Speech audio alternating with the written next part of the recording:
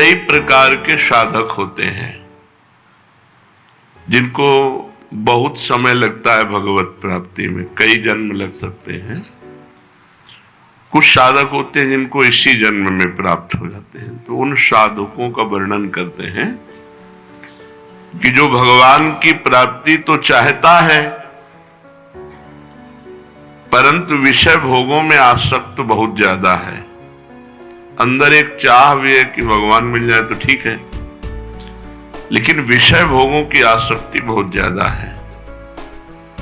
विषय भोगों की प्राप्ति में बाधा हो तो भगवान की चाह भी छोड़ देगा। कभी वो भगवान का भजन करता है तो कभी विषय भोगों को भोगता है। ऐसे साधक के लिए अनेक जन्म संसिद्धि, अनेक जन्म लगेंगे। अपने अपने हृदय को जांचना चाहिए कि हम किस कोटि के साधक हैं।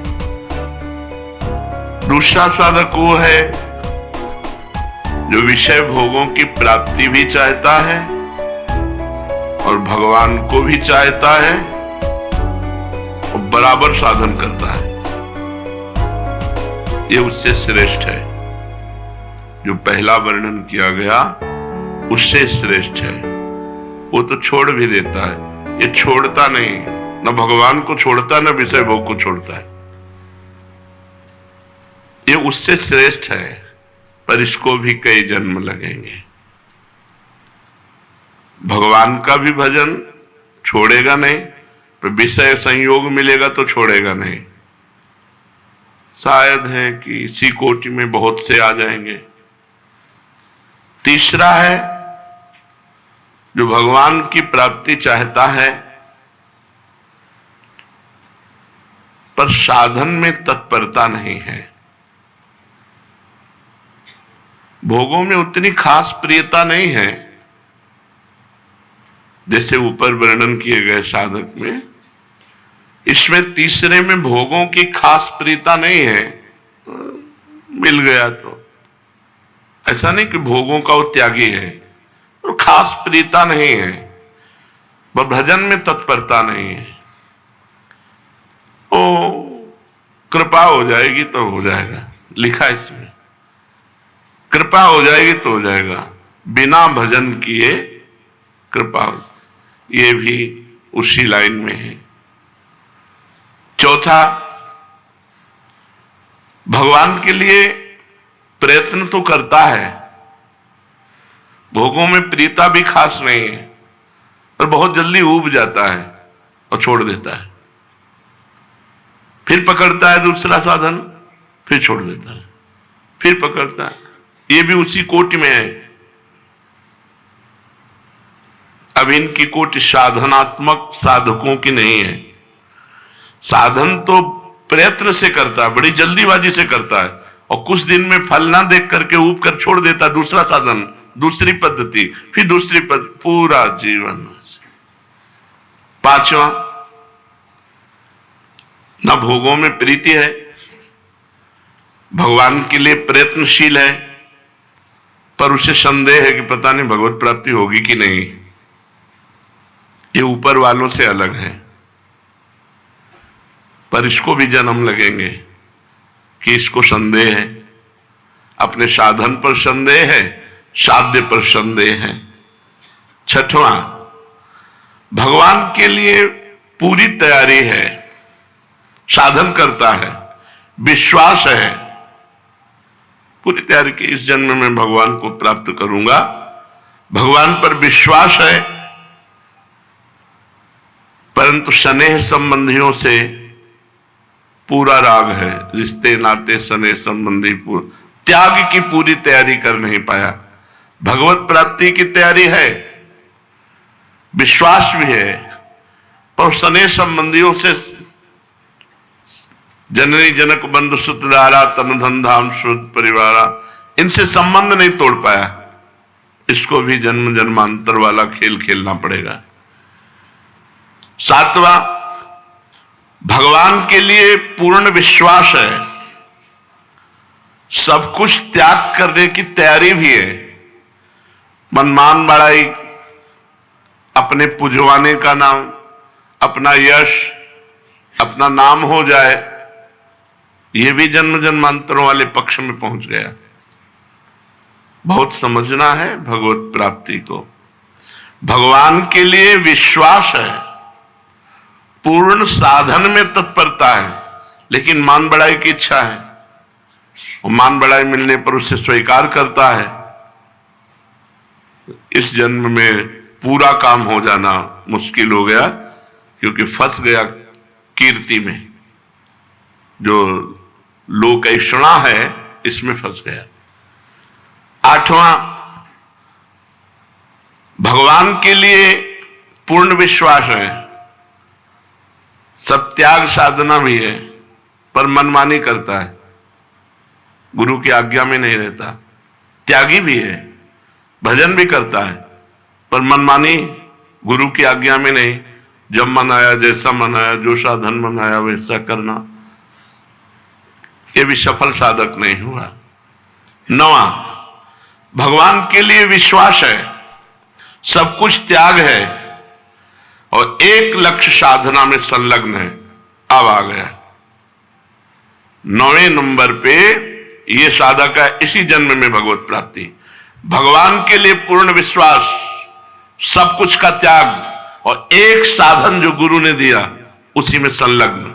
जो साधना गुरु के द्वारा मिली उसे दीर्घ काल तक संलग्नता पूर्वक करता है।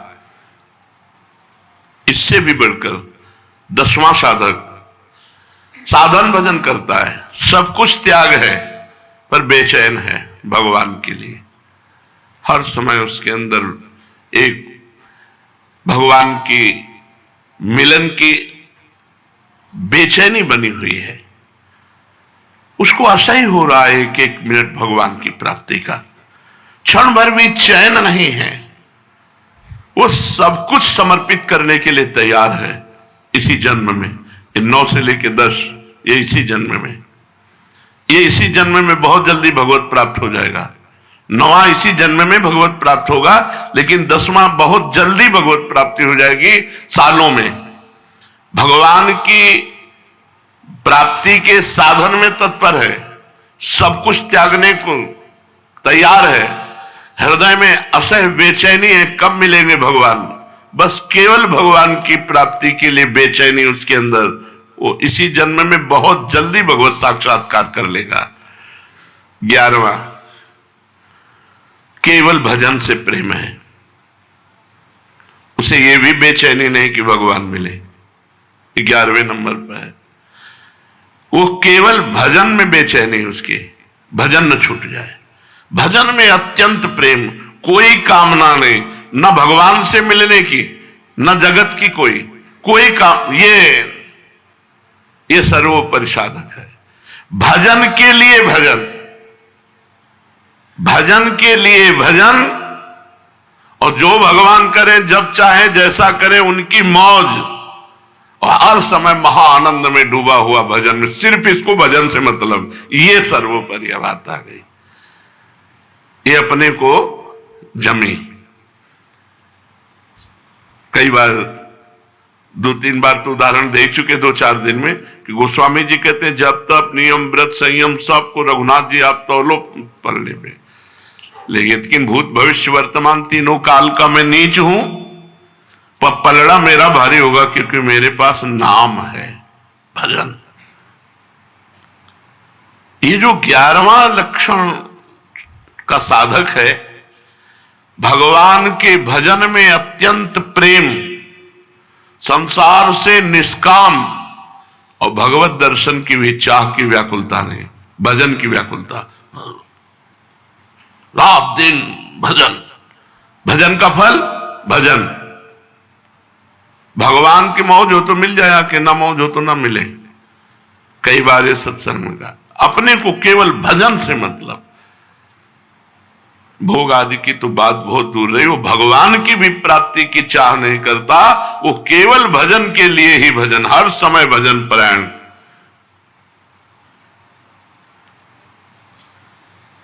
जो साधक मृदु स्वभाव वाला होता है,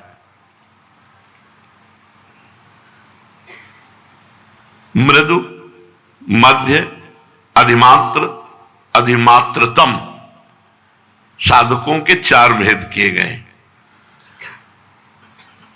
इसमें कोई उत्साह नहीं रहता। जो मृदु साधक है उत्साह नहीं, तो ऐसे प्रतिभाहीन होता है, मानसिक रोगी होता है, मन में मनोराज्य चल रहे, कल्पनाएं चल रही हैं, और यह होता है गुरु अवहेलना से। दुष्कर्मी, अधिक खाने वाला, स्त्री आसक्त, चंचल चित्त, निर्दयी, अल्पवीर्य, पापरज, पर भजन भी करता है, ये साधकों की श्रेणी में रखा गया, पर है नहीं। भजन भी करता है, पर इसको का बहुत बहुत जन्मों का खेल है। मध्य साधक सर्वत्र अपने भगवान को देखने की चेष्टा, क्षमाशील, मैं जो कर रहा हूं उससे पुण्य मिलेगा, पुण्य से सुख मिलेगा लोक परलोक में। प्रिय बोलने वाला, जितेंद्रियता धारण करने की कोशिश करने वाला, गुरु आज्ञा पे चलने वाला, चेष्टा कर रहा है, पर हर कार्य में वो पुण्य देखता है। गुरु सेवा करूंगा उससे पुण्य होगा, पुण्य से ये सुख मिलेगा। ये श्री जी की आरती करूंगा इससे पुण्य होगा, पुण्य से ये सुख मिलेगा। वो पुण्य देखता है सेवा परायणता में, सब में।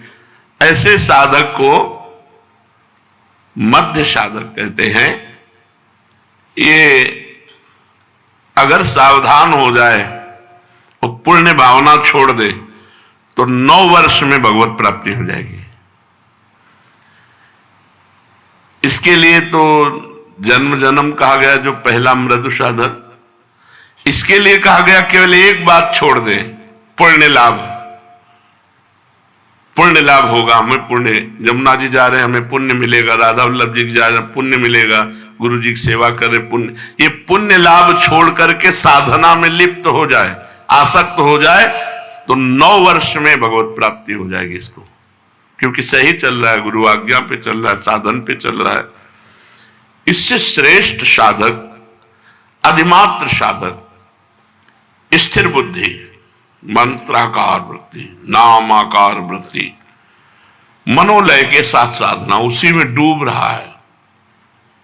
मंत्र चल रहा है बस उसी में डूब रहा है, नाम चल रहा है उसी में डूब रहा है, वाणी पाठ तो उसी में डूब रहा है। वीर संचित ब्रह्मचारी, स्वाधीन, किसी विषयों के अधीन नहीं, दयावान, क्षमावान, सत्यनिष्ठ, गुरु सेवा परायण, साधन में तनिक भी प्रमाद नहीं, हर समय पूर्णतया साधन में ही लगा। ऐसा महाबुद्धिमान साधक 6 वर्ष में भगवत साक्षात्कार कर लेगा। 6 वर्ष में भगवत साक्षात्कार कर लेगा। जो अधिमात्र साधक है 6 वर्ष में भगवत प्राप्ति हो जाएगी। रात दिन मंत्राकार वृत्ति, ब्रह्मचर्य परायण, यार 6 वर्ष की तो बात है, जाने कितने करोड़ जन्म बर्बाद कर दिए। स्थिर बुद्धि, मंत्र में, नाम में तदाकार वृत्ति, मनोलय के साथ जब मन डूब रहा है उसी में, राधा राधा राधा राधा। ब्रह्मचर्य परायण, स्वाधीन, किसी विषय के अधीन नहीं, दयावान, क्षमावान, सत्यनिष्ठ, गुरु सेवा परायण, और साधन में पूर्ण समर्पित चित्त, जिद्दी स्वभाव, उत्साही, बलवान। बलवान को मतलब पहलवान से नहीं है, इंद्रिय बलवान, मनोबलवान, इंद्रिय और मन को जो अपने अधीन कर लिए हैं, ये सबसे श्रेष्ठ साधक की बात हो रही। महान शौर्यशाली, शास्त्रों का ज्ञाता, अभ्यास परायण, किसी से मोह नहीं, किसी भी विषय से व्याकुलता नहीं, मिताहारी, थोड़ा पाने वाला, विशुद्ध आचरण, सबके प्रति अनुकूल व्यवहार, भगवान का नित्य शरणागत, गुप्त रूप से निरंतर भजन में लगा हुआ साधक 3 वर्ष में भगवत प्राप्ति कर सकता है। 3 वर्ष में भगवत प्राप्ति, और ध्रुव जी ने तो 6 महीने में भगवत प्राप्ति की। तो आप प्रयत्नशील रहें, ऐसा नहीं कि जन्म जन्मांतरों वाले साधन में चले। पीछे जो वर्णन हुआ वो जन्म जन्मांतर 9 से 11 तक 3 साधक, 9 से 11 तक तो 9वां तो इसी जन्म में होगा, 10वां बहुत जल्दी होगा, और 11वां तो तुरंत है ही। वो तो वर्तमान स्थिति में है, क्योंकि उसको भजन के सिवा और कुछ चाहिए ही नहीं। तो इसमें पहला मृदु साधक जिसको जन्म जन्मांतर लगेंगे, मध्य साधक 9 वर्ष में भगवत प्राप्ति, अधिमात्र साधक 6 वर्ष में भगवत प्राप्ति, और अधिमात्रतम साधक 3 वर्ष में भगवत प्राप्ति। जैसे अपने लोगों के गंगा किनारे का जो समय कटा 20 वर्ष, वो इसी में कटा। न खान पान, न मित्रता, न रिश्ते, न नाते, न कोई, न कुछ नहीं, केवल भगवान। शिव शिव शिव शिव शिव, शाम सदा शिव। हर पवित्र है तो मंत्राकार वृत्ति, अपवित्र है तो बस हर समय वायु स्पर्श करती तो ऐसे करते गंगा, हमारे भगवान शिव आलिंगन कर रहे वायु रूप से। ये बड़ा मनोभाव, बड़ा आनंद का भाव होता है। तो आप क्या समझते हैं, हम किडनी के रोग में पीड़ित पड़े रहते हैं, पद चल रहा है, सामने प्रियाजू की झांकी है, कैसे तुम्हें बताएं? कुछ नहीं है, मतलब अपने कमरे में बैठे, सामने युगल सरकार है, आरती हो रही, आरती की जय श्याम सुंदर नंद के नंदन राध, सामने वो बैठे, वहां कुछ आनंद की कमी है क्या? पर अपने लोग आनंद ढूंढ रहे हैं भोगों में, विषयों में, जगत में, इसलिए हमारी दुर्दशा हो रही है। नहीं, एक बार जिद्दी स्वभाव बनाओ, एक बार विषयों से पिंड छुड़ा लो। विषयों में सुख नहीं है, केवल आकर्षण है। भगवान में आकर्षण भी है और सुख भी है, विषयों में सुख नहीं। हमारी बात समझ लो, केवल भ्रम है, आकर्षण है। यदि तुम पहले चिंतन न करो विषय का और फिर भोग लो, तुम्हें सुखानुभूति हो जाए तो मुझे बता लेना। जब तुम चिंतन करते हो विषयों का और भोगते हो तो वो चिंतन वाला सुख तुम्हें मिलता है। आकर्षण केवल है, सुख नहीं है। भगवान सुख समुद्र भी है और आकर्षण भी है, उन्हीं का आकर्षण है। इसमें विश्वास करे साधक कि बिना साधना के भगवत प्राप्ति नहीं हो सकती।